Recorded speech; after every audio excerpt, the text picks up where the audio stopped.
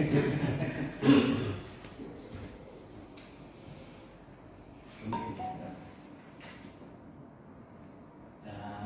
dari dinas tenaga kerja apa industri di sini? Lanjuti pertemuan yang kemarin hari Senin. Jadi saya hari Senin, seyogianya Kamis, tapi kebetulan dari sisi karyawan, maka siang hari ini saya kepengen dengar dari sisi perusahaan. Secara singkat, teman-teman KSPSI itu kemarin mengadu bahwa ada 2 karyawannya yang melakukan pelanggaran, kemudian langsung di SP 3 dan diberikan catatan. Nah, itu catatannya yang informasinya kemudian menimbulkan persoalan tidak clear. Nah, kemudian sudah dijembatani oleh Dinas Tenaga Kerja, tapi informasinya sudah 3 kali tidak clear. Maka sengaja siang hari ini kami dari perusahaan Sekuritas Safari Industri yang hadir memenuhi panggilan dari DPRD Kabupaten Tegal. Ya, dalam hal ini sesuai yang tadi sudah disampaikan bahwa mendapat tujuan ya dari pekerja dari kami. Sebelumnya kami mungkin bisa jadi kalau versi karyawan sendiri mungkin itu ada tidak sinkronnya karena memang ada beberapa peraturan pelanggaran yang dikemukakan yang mungkin ya dalam hal ini versinya beda dengan versi dari perusahaan.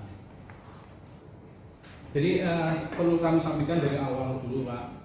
Jadi permasalahan muncul ketika ada kami dari HRD ya sesuai dengan job desk yang kami terima menerima berita acara dari divisi marketing ya terkait temuan manipulasi data, manipulasi nota keuangan ya, manipulasi nota penjualan dari 2 orang karyawan kami atas nama Andriawan Yugianto dan Amir Saifuddin. Jadi di pemalsuan nota ini ya yang bagi kami sendiri ya pemalsuan nota di divisi marketing ini adalah satu hal yang memang cukup krusial Pak bagi kami karena diawali dengan pemalsuan nota yang pasti akan merembet ke hal-hal yang lain karena ini berdasarkan pengalaman dan evaluasi dari perusahaan juga. Awalnya memang dari hal kecil tapi ternyata merembet ke hal yang besar ya. Kasus manipulasi data, manipulasi keuangan dan sebagainya banyak yang terjadi. Gitu. Selanjutnya setelah kami menerima berita acara tersebut, kami ya dari HRD melakukan verifikasi. Jadi kami juga tidak serta merta menerima dari satu sisi Pak dari divisi marketing, tapi kami sendiri melakukan verifikasi ya karyawan saya undang dari divisi marketing saya undang. Ya saya ingin tahu akar masalahnya apa. Di situ. Tertanggal 15 Oktober 2020 ya saya tadinya saya sudah sampaikan bahwa kami menerima aduan, selanjutnya saya melakukan verifikasi ya bahwa dari verifikasi itu ditemukan dari versi marketing ditemukan pemalsuan nota penjualan ya oleh kedua sales dan karyawan sendiri mengakui bahwa dia telah memalsukan nota penjualan. Itu sudah mengakui itu ditandatangani di atas berita materai ya, berita acara yang sudah ditandatangani oleh yang bersangkutan.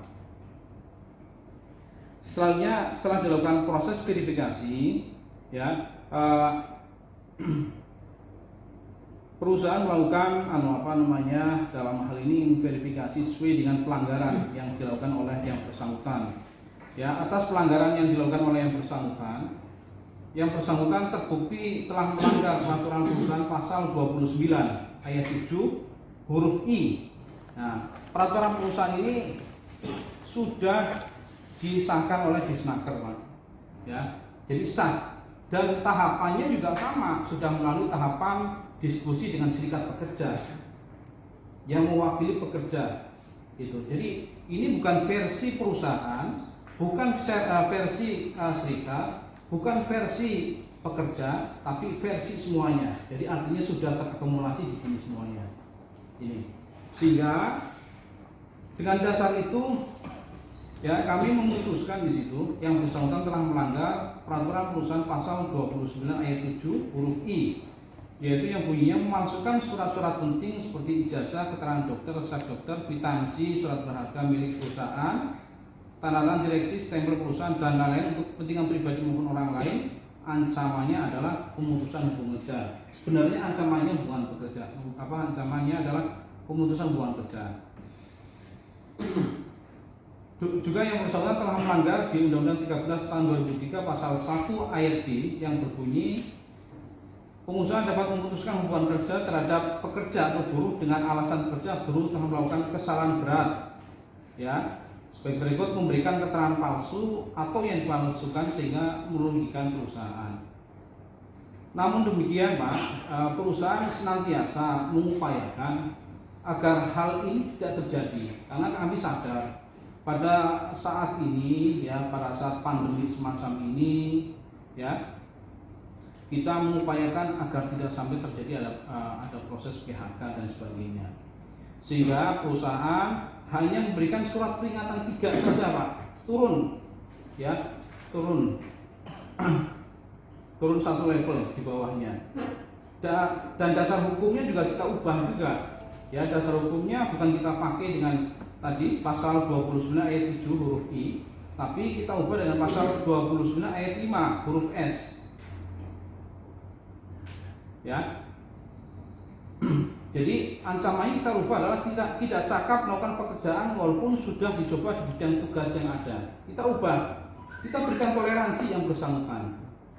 Ya, ancamannya adalah hanya berikan surat peringatan 3. Dengan dasar pengakuan dan siap memperbaiki, maka perusahaan memutuskan diberikan surat peringatan 3 dan dilakukan rotasi dari divisi marketing ke divisi produksi. Tanpa embel-embel apapun, kita hanya rotasi saja. Namun keputusan tersebut ditolak dengan alasan ada penekanan kata-kata mengundurkan diri. Padahal kata-kata mengundurkan diri itu dibubuhkan bukan di surat pernyataan di atas materai, Pak. Kalau namanya surat pernyataan di atas materai itu tidak berlaku surut, kita tuangkan di surat peringatan itu yang berlaku surut. Artinya ada masa berlakunya selama 6 bulan. Selama yang bersangkutan memang dia bisa memperbaiki dan mempertahankan kinerja dengan baik, maka itu akan hilang. Nah, hal itu juga sudah kita konsulkan dengan Dinas Tenaga Kerja, gitu. Namun keputusan tersebut ya ditolak dengan alasan ada penekanan kata-kata mengundurkan diri. Ya, sekali lagi saya sampaikan pada saat itu, silakan. Kalau bicara menolak itu haknya karyawan, tapi sekali lagi ada toleransi waktu yang kita berikan. Ya, saya berikan waktu itu 2 hari, Pak. 2 hari yang bersangkutan untuk bisa memikirkan ya keputusan untuk menolak tersebut. Namun demikian sampai 2 hari pun yang bersangkutan tidak kunjung memberikan informasi, ya tetap menolak yang bersangkutan. Akhirnya berdasarkan peraturan perusahaan, ya, karena tadi penolakan tersebut, perusahaan yang menggunakan pasal 31 ya ayat 5 huruf F, yaitu pembangkang atau menolak tugas yang diberitakan oleh atasan atau perusahaan. Yang sanksinya adalah pemutusan hubungan kerja. Sehingga dalam hal ini step-step yang sudah ditempuh oleh perusahaan, menurut kami itu sudah cukup waktunya kita memberikan toleransi kepada yang bersangkutan, kepada karyawan kami ini. Ya, kecuali kami artinya saya menjalankan regulasi ini sesuai dengan ketentuan yang diatur di Undang-Undang 13. Demikian juga sudah diatur juga di pasal 161 Undang-Undang 13 tahun 2003, Pak. Bersama pengusaha dapat melakukan pemutusan hubungan kerja setelah kepada pekerja atau buruh yang bersangkutan diberikan surat peringatan pertama, kedua, ketiga secara berturut. Ya, gitu. Nah, adapun sanksi berupa surat peringatan 1, 2 dan 3 ini ada kategorinya, Pak. Kategori pelanggaran yang dilakukan, apakah pelanggaran ringan itu masuknya mana, ya pelanggaran berat masuknya mana. Ya. Di Undang 13 dan 23 juga sudah diatur di pasal 158 kalau salah tentang pelanggaran berat yang konsekuensi hukumnya adalah langsung diberhentikan dari kerjanya. Gitu. Sehingga berdasarkan pelanggaran yang dilakukan oleh kedua karyawan kami itu, maka perusahaan ya dengan mengedepankan tadi ya proses toleransi dan sebagainya memutuskan kedua karyawan kami untuk PHK dengan kompensasi. Jadi artinya bukan cuma yang berusaha kita PHK, tidak, tapi dengan kompensasi. Demikian Pak yang perusahaan bisa sampaikan. Terima kasih. Nomor ini informasinya. Pertanyaan saya, di bawah jenengan apa ya kemarin? Jenengan apa ya seperti apa? Apa? Nah, tahu nggak ada aturan ini?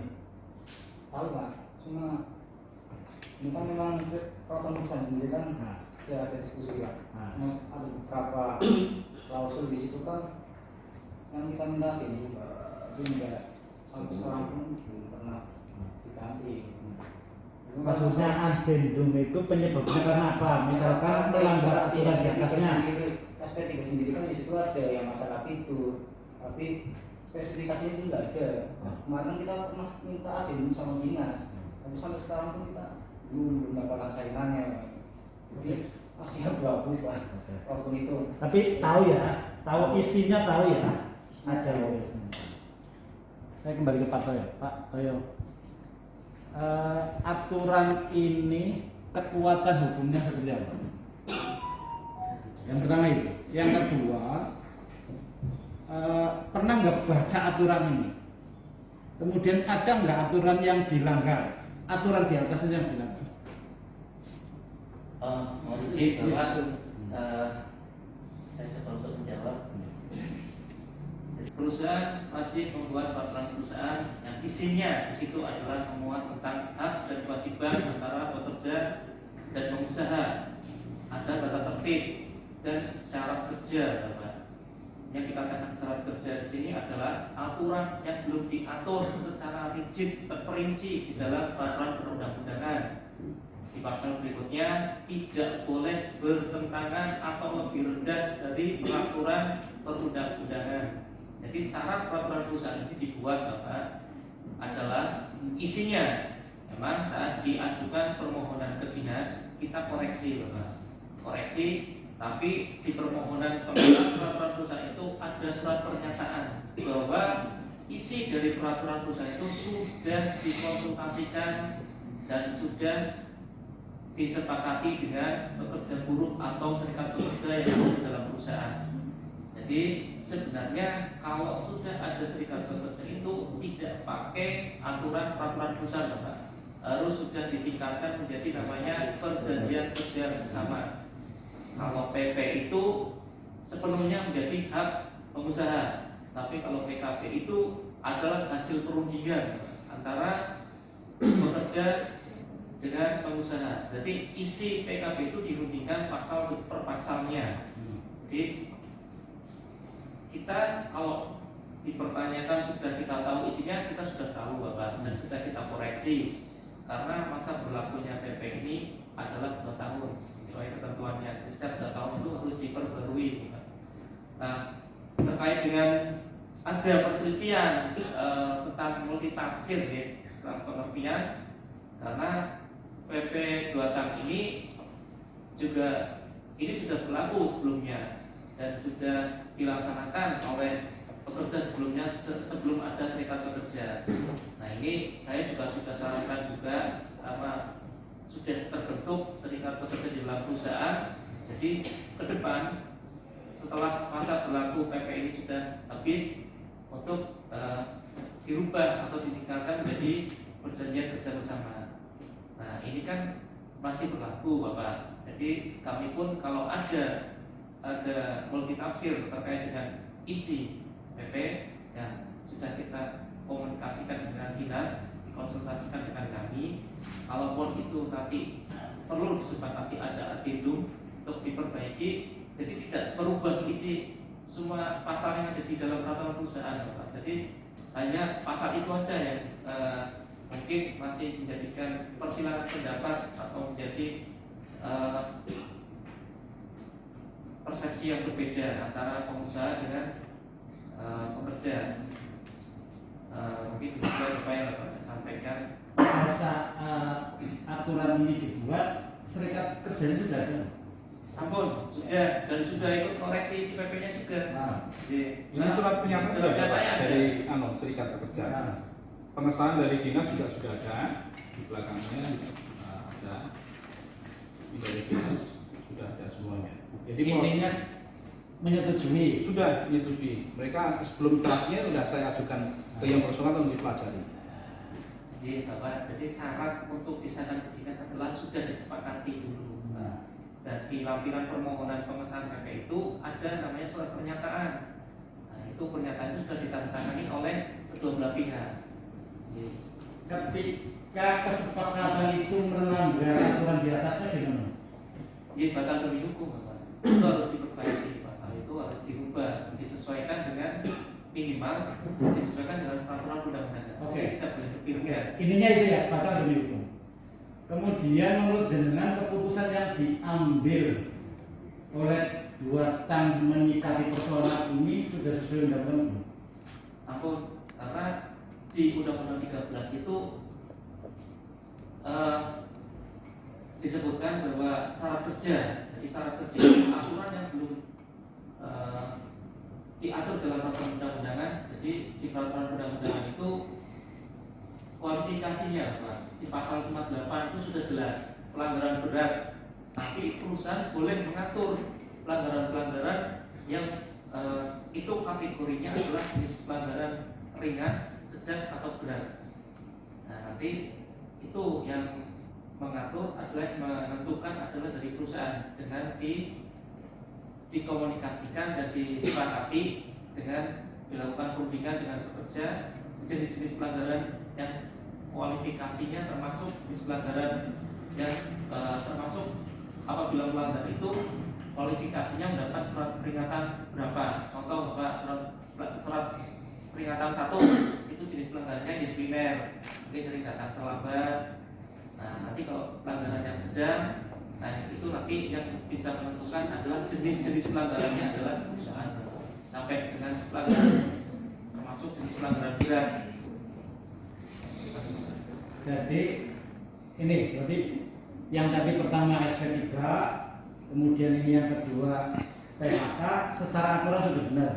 Sesuai ketentuan pasal 161 tadi sudah disampaikan oleh Pak Kis bahwa perusahaan boleh melakukan PHK tapi harus melalui mekanisme. Tidak saat dianggap pekerja melanggar peraturan perusahaan, nah itu harus diberikan pembinaan. Kalau pembinaannya itu adalah surat peringatan. Surat peringatan itu tidak harus berurutan 1, terus surat peringatan 2 tidak, tapi melihat kalau di situ kategorinya ya termasuk pelanggaran berat, nanti perusahaan boleh langsung memberikan surat peringatan 3. Surat peringatan 3 ini berlaku surut 6 bulan. Di 6 bulan apabila sudah melalui masa pembinaan 6 bulan itu berarti sudah gugur, jadi sudah tidak terkena sanksi surat peringatan kembali. Jadi sebelum proses PHK itu tidak boleh perusahaan langsung melakukan pemutusan hubungan kerja. Jadi kalau kesalahan berat itu yang berhak menetapkan adalah pengadilan hubungan industrial. Nah ini dengan memutuskan langsung gimana? Nah ini kan tahapannya sudah ditempuh dari diberikan surat peringatan. Bukan yang 6 bulan itu loh. 6 bulan? Ya, ini kan karena itu kalau surat peringatan itu berlaku 6 bulan. Iya. Apabila karyawan mau bekerja kembali. Oh. Kalau mau bekerja kembali, berarti konsekuensinya karyawan harus menjalani masa pembinaan selama 6 bulan ke depan. Nah itu berlaku surut. Nanti setelah 6 bulan sudah dijalani dan karyawan tidak melakukan kesalahan yang sama ya, nah, kalau mungkin dengan kesalahan yang berbeda, nah nanti juga dilihat itu kategorinya termasuk pelanggaran yang mana. Jadi tidak boleh juga perusahaan sudah memberikan surat peringatan 3, terus karyawan melanggar yang itu kategorinya bukan termasuk kesalahan berat, terus langsung di-PHK juga tidak boleh, karena itu kasus yang berbeda. Tapi juga harus mendapatkan surat peringatan yang berbeda. Dengan kasusnya 2K gimana? Memang sudah dari proses SP3 itu sampai dengan PHK memang melanggar aturan yang sesuai. Sebenarnya inti masalahnya seperti ini, Bapak. Kalau saya dari mediator ya, simpulan seorang mediator, karyawan ini secara sudah mengakui secara kesalahannya. Ya. Seandainya diberikan SP3 pun karyawan menerima, karena memang dia mengaku atas sudah mengakui kesalahannya.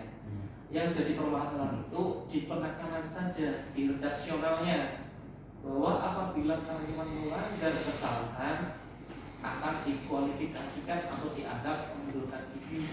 Nah, ini yang akhirnya menjadikan karyawan. Padahal secara aturan tidak boleh. Secara aturan tidak boleh, karena si surat peringatan 3 itu sudah menjadi pembinaan, itu sudah menjadi sanksi, sudah menjadi sanksi bagi karyawan. Jadi kalaupun sudah diberikan SP3 saja, kalaupun nanti melanggar pelanggaran kesalahan yang lain, ya nanti dilihat juga itu kualifikasinya termasuk pelanggaran berat yang harus bisa langsung diputus hubungan kerjanya, ataupun itu masih kategorinya adalah pelanggaran ringan atau pelanggaran sedang yang tidak boleh perusahaan langsung memphk. Ya. Oke. Mengapa dengan ngotot dengan catatan itu? Catatan apa dia? Kalau melanggar itu, itu loh di keputusan Ya. Ya, itu kan dinas sudah mengatakan bahwa itu tidak boleh. Ya. Kenapa dengan ngotot itu dasarnya? Gini Pak, apa yang kami putuskan ini kan memang sudah saya konsulkan ke dinas, ya. Dan perusahaan dalam hal ini juga punya kewenangan juga untuk membentengi, ya dalam ranah pembinaan pada karyawan ini, gitu kan, dalam ranah pembinaan pada karyawan ini, gitu. Nah harapannya adalah karyawan ini itu bisa memperbaiki diri, Pak, memperbaiki diri dari semua hal, gitu kan, itu apalagi ini yang bersangkutan job desk-nya berbeda, ya 180 derajat itu berbeda, Pak. Yang tadinya dia di lapangan marketing, dia ke produksi, itu kan satu hal yang berbeda, Pak. Itu yang mendasari itu semuanya. Dan perlu perlu saya sampaikan dalam hal ini, saya melakukan hal ini, ya itu juga tujuannya semata-mata adalah agar karyawan itu tetap bekerja. Kalau saya mau, kalau perusahaan mau, ya bisa saja, ya kasus ini bisa kita lebarkan, Pak. Cuma saya tidak mau seperti itu, karena tadi saya menyadari bahwa karyawan ini sekarang kondisi sekarang lagi ada pandemi, perusahaan juga dengan pertimbangan keluarga dan sebagainya, sehingga keputusan itu saya ubah. Itu semacam itu. Ya, tapi keputusannya kan tidak ada di aturan. Betul memang Pak. Nah, iya. Betul memang tidak ada di aturan. Ya, itu kan persoalan, Mas. Ya. Dengan memutuskan sesuatu yang tidak diatur di peraturan jenengan. Itu kan persoalan. Iya betul. Iya. Bapak itu karena diperingan sebetulnya, diperingan, Pak. Ya, saya tahu kan diperingan. Tapi maksudnya jenengan mengambil keputusan kan harus jelas loh dasarnya. Setiap pengambilan keputusan kan harus jelas dasarnya. Kalau dengan kemudian pengambilan keputusan ini dasarnya pasal ini kan jelas. Ya, gini Pak Yunus, ya. Tadi di prolog di awal saya sudah sampaikan bahwa sebenarnya ancaman pelanggaran yang dilakukan oleh kedua karyawan kami ini kan ancamannya adalah pemutusan hubungan kerja sebenarnya. Sebenarnya ancamannya adalah pemutusan hubungan kerja langsung karena pemalsuan nota penjualan. Ya. Perlu saya sampaikan Pak, ini bukan hanya kejadian di 2 tank saja, mungkin di perusahaan-perusahaan yang lain, di marketing, kejadian dari hal yang kecil ini, pemalsuan nota, itu akan merembet pada pemalsuan yang lain, yang nilainya kalau boleh saya sampaikan, kalau di marketing itu nilainya bukan hanya 100-200 ribu sampai jutaan, bahkan sampai miliaran. Makanya dalam hal ini perusahaan juga punya sebagai media evaluasi juga, ya, melakukan evaluasi, revisi dan sebagainya, ya, untuk bisa melihat ini semuanya. Nah, benar tadi sudah disampaikan Pak Teddy, ancamannya ini adalah pemutusan hubungan kerja. Nah, saya turunkan karena tadi dengan pertimbangan yang bersangkutan, ya, dari pertimbangan adalah keadaan sekarang, ya, pandemi, yang kedua adalah pertimbangan keluarga dan sebagainya. Sehingga itu sebagai kompensasi atas sanksi yang saya peringan, gitu. Saya tekankan itu. Kalau saya lebih jahat lagi, mungkin lebih jahat lagi, saya tuangkan dalam surat pernyataan, Pak. Kalau surat pernyataan tidak berlaku surut, sepanjang dia masih kerja di Kuarta, dia akan berlaku. Nah, ini kan tadi disampaikan oleh Pak Kris sendiri, ya, ini berlaku surut hanya 6 bulan saja. 6 bulan selesai, udah nggak ada kasus sama sekali. Sanksi itu tidak berlaku lagi. Gitu. Tinggal bagaimana mindset dari yang bersangkutan, mau kerja atau tidak, itu saja prinsipnya. Bagi kami kan seperti itu, selesai, gampang, Pak. Mau kerja atau tidak. Kalau dia mau kerja, ya bekerjalah dengan baik. Tapi kalau dia memang mindsetnya misalnya dalam tanda kutip, saya seperti ini, ya sampai kapanpun orang siapapun akan berlaku seperti itu, Pak. Itu yang saya ya, itu pandangan dari kami seperti itu, Pak. Oke, udah jelas ya? Nah, monggo posisi di tengah. Assalamualaikum warahmatullahi wabarakatuh. Selamat siang, terima kasih Pak. Jadi kalau dari kami sendiri kan masih sama, Pak, sesuai dengan amanat undang-undang pasal 51 undang-undang 13 bahwa dari pihak kerja maupun pemerintah atau usaha itu wajib mengupayakan ya tidak terjadi PHK. Jadi apa sih susahnya ya masa pandemi seperti ini ya, Pak? Biar tidak banyak orang pengangguran. Jadi kerugian apa? Misalkan kata-kata di SD3 itu dihilangkan ke perusahaan, katakan tidak ada urgensinya di situ. Jadi yang kita minta sebenarnya itu Pak, salah yang bersangkutan sudah tidak terlalu kok. Kerugian secara materi juga tidak ada. Jadi orangnya misalkan jadi misalkan ini tapi PHK, ini masalah ini malah nanti jadi blunder, Pak, untuk kasus yang akan datang, untuk karyawan yang lain. Jadi kita harap masalah ini bisa ada titik temu di solusi, Pak, biar sama-sama enak. Jadi misalkan dari perusahaan itu merubah redaksional itu nggak dirugikan, ya mohon maaf diubah. Itu sesinya ajakan dan ada. Terus dalam PP sendiri tadi kan PP itu memang saya tangani Pak setujui, tapi di PP sendiri itu ada hak dari karyawan yang banyak belum diselesaikan. Jadi jangan terlalu terlalu ngotot dengan kewajiban karyawan aja, Pak, yang harus dilakukan. Tapi hak karyawan juga di situ harus dilakukan dengan benar. Iya, ngapunten ya, Pak. Sebagai manajemen juga harus jangan seplek dari pihak karyawan juga tidak terlalu seplek Pak dengan PP yang dibuat ini. Kami seharusnya karena sudah disetujui sama dinas, harusnya dilaksanakan semua, tapi di sini belum, Pak. Jadi mohon kiranya kalau kita pengen memang benar-benar ada hasil yang baik, ya jangan itulah bersikeras, jangan ngotot-ngototan seperti ini, Pak.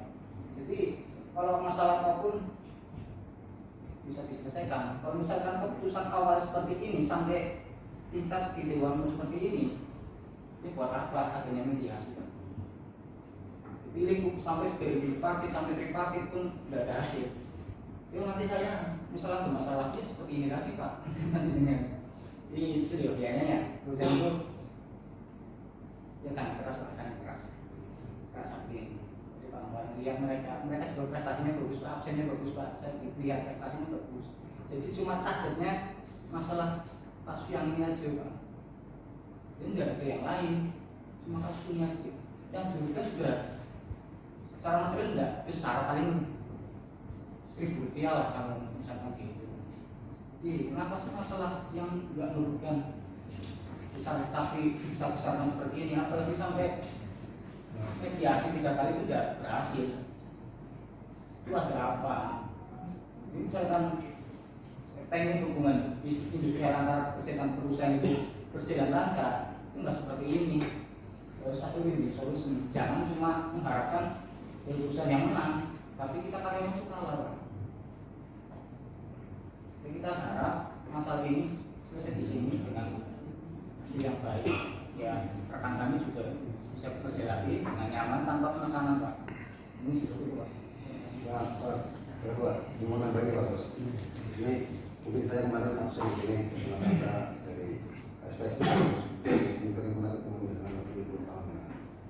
Boleh dikatakan baik Pak Alvin itu betul bahwa kalau saya ini tidak ada masalah. Tapi saya hanya seorang aktivis buruh, saya semenjak menjadi karyawan PT Pangkalia sampai pensiun memang jujur saja saya aktivis buruh.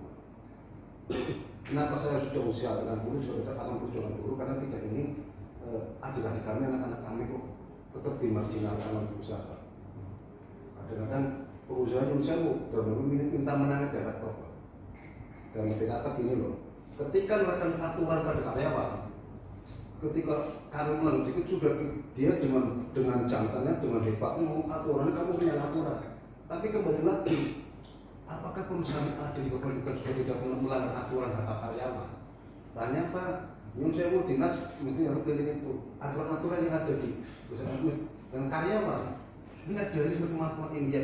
Kalau menuntut saklek sesuai dengan pengusaha harus memberikan ini mungkin banyak yang menyimpang. Tapi kita memang dari SPST era kepemimpinan Pak Imam, kita berkomitmen bahwa bagaimana menciptakan hubungan industrial yang baik kepada karyawan yang sejahtera, pengusahanya juga bisa bahagia. Kami mengajari adik-adik kami jangan menuntut terlalu berlebihan, karena juga jangan harus mempertimbangkan juga kelestarian usaha.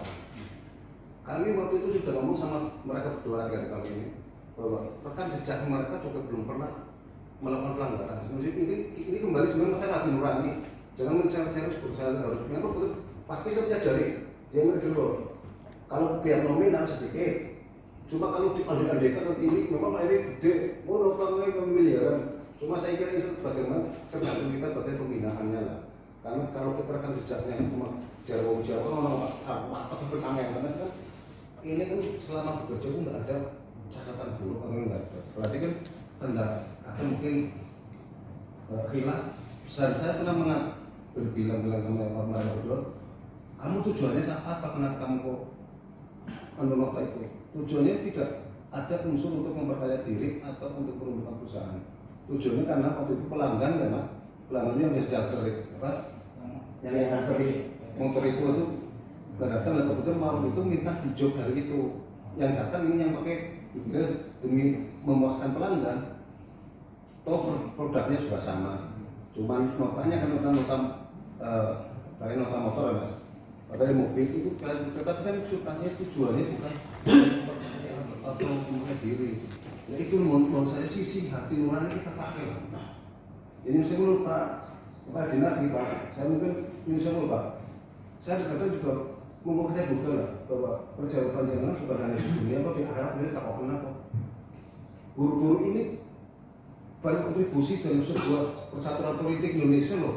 Presiden dan DPR karena kesemua guru pasti bisa kampanye jadi sukses. Tapi ketika ada perusahaan guru, loh, mana pemerintah dampingi anak gitu. Kasihan, saya juga korban ketidakadilan guru Pak. Saya pensiun kapiran, banyak jujur aja Pak. Saya kapiran Pak. Karena pengganti adalah saat itu komisi 2 konflik waktu komisi 3 saya Pak Bambang itu sampai ke PD mediasi dari nyatanya gagal. Karena tidak lanjut itu semua sampai saya itu saya mohon saya untuk kehidupan panjang pengusaha juga benderanya pada merah putih Indonesia. Mari kita ciptakan hubungan industrial kita sih baru tersenyum Pak Guys. Insya Allah Pak, kita semua punya beban moral bagaimana kebutuhan para kesejahteraan para pekerja, pengusaha, dan bagaimana menurut saya Ibu Pertiwi main gusen yang lainnya. Karena kan menurut nasionalismenya kita harus betul-betul bersatu loh. Sepenanggungan, saya nasib penanggungan antara pengusaha dan karyawan. Pengusaha sedih, karyawannya sedih. Karyawan bahagia, pengusahanya kudu harus maju produksinya. Sampai kami menekankan Pak, perusahaan yang ada serikat pekerjanya, pengurus harus bisa menjadi teladan karyawan. Kalau sudah serikat pekerja, produksinya harus meningkat bukan tambah, melorot. Kita sudah sesuatu itu bagus. Itu aja mohon yang betul-betul ini mohon siapapun yang saat ini lagi ada pernah menggagal monggo lah. Seperti dinas pekerja, dinas tenaga kerja, ini Pak Kes, bahwa dinas Ini apa ya, maksudnya perusahaan yang terlalu menekan karyawan. Tapi seharusnya saya tahu persis, Mas Rinto juga tahu keadaan di dalam kayak apa gitu. Tapi dia tidak mengkritisi. Banyak sekali yang harusnya jam kerja harus melakukan apa, ya banyak sekali lah. Tapi saya ini kan sebetulnya agendanya adalah untuk dua orang ini ya. Tapi yang saya garis bawahi adalah untuk mengkritisinya itu kurang berimbang. Itu satu lah. Tapi kalau sudah menyangkut masalah uang, jangan melihat nominalnya, tapi adalah pelanggarannya. Namanya uang Pak. Ya, mohon maaf saya mungkin pakai kata-kata yang kasar. Ya nyolong gitu. Walaupun cuma nyolong 1.000. Ada yang nyolongnya mungkin 2 miliar. Sama-sama nyolong Pak. Jadi jangan bilang cuma 1.000. Nah, itu. Cuma ini apa maksudnya, ini ada kecenderungan untuk bisa lebih ini lagi Pak. Kalau untuk yang pelanggaran semacam ini itu Pak menanggapi dari Pak yang perlu digarisbawahi adalah nyolong. Harus muncul pada pertanyaan lebih mendasar. Apakah itu memang habitat, kebiasaan, ataukah memang tidak disengaja atau terpaksaan? Itu juga harus dipahami. Pada zaman Khalifah dulu, seperti Abu Bakar, Umar, dan juga orang yang mencuri. Anda mencuri, betul, saya mencuri, makan di pasar. Kenapa mencuri? Saya lapar. Yang seharusnya dipotong tangan tidak jadi, malah justru diberikan sedekah oleh Umar bin Khattab. Jadi sebetulnya filosofi hukum juga tidak saklek lah. Tidak saklek dalam artian kenapa mencuri itu ada substansinya apa. Kalau kita pahami dari kedua karyawan ini, sebetulnya filosofi ngambil uang 1.000 itu tidak unsur sebuah kesengajaan atau mungkin kebiasaan. 11 tahun bekerja, tidak pernah ngutil, absen juga bagus. Ini kan karena masuk ke sebuah toko yang bila produknya habis, sing dijaluknya kue, keterpaksaan diberikan itu. Jadi bukan ada semacam kesengajaan, kan dengan duit panggo jajan ngetannya orang yang macam tidak. Jadi memang itu unsurnya juga harus dipahami Pak Teddy. Kenapa? Dewan harapan nanti bisa memberikan pencerahan kepada kita terkait dengan ini. Mudah-mudahan bisa memberikan pencerahan juga sebagai jurisprudensi. Cuman 4 itu yang namanya Lia itu kan di SP1, sedangkan kasusnya kan sama, seharusnya kan disamakan. Langsung SP3, dia malah di SP1 gitu. Ada perlakuan yang tidak adil. Ya. Itu keduanya tidak ada itikat baik untuk menurut versi kepala divisi marketing ini, tidak ada itikat baik untuk bisa menyelesaikan permasalahan yang bersangkutan ketika ditemukan ada pemalsuan utang. Ya, di berita acara itu disampaikan bahwa yang bersangkutan setelah dicek notanya ada pemalsuan nota yang dilakukan oleh keduanya. Nah, pada saat sore itu oleh kepala divisinya diberikan kesempatan diberikan kesempatan untuk berikan klarifikasi sampai besok harinya. Antara kepala divisinya dan dari sisi kami juga mempertimbangkan bahwa yang bersangkutan tidak punya itikat baik untuk bisa mempertanggungjawabkan perbuatannya. Itu dari sisi itu aja sudah bisa walaupun memang pada akhirnya yang bersangkutan mengakui bahwa telah melakukan pemalsuan nota, itu telah diverifikasi di kami Pak di HRD. Sebutkan dengan manajemen untuk menggerakkan itu. Bukan lah, sana masuk aja gitu aja nggak bisa. Dirembuk, saya minta waktu 1 minggu nanti jawabannya. Biar clear persoalan, bukan persoalan yang krusial lah. Hanya persoalan ketersinggungan. SPTK tetap digunakan, tapi catatannya digunakan. Menurut saya beda waktu seminggu lah. Ini nanti ya.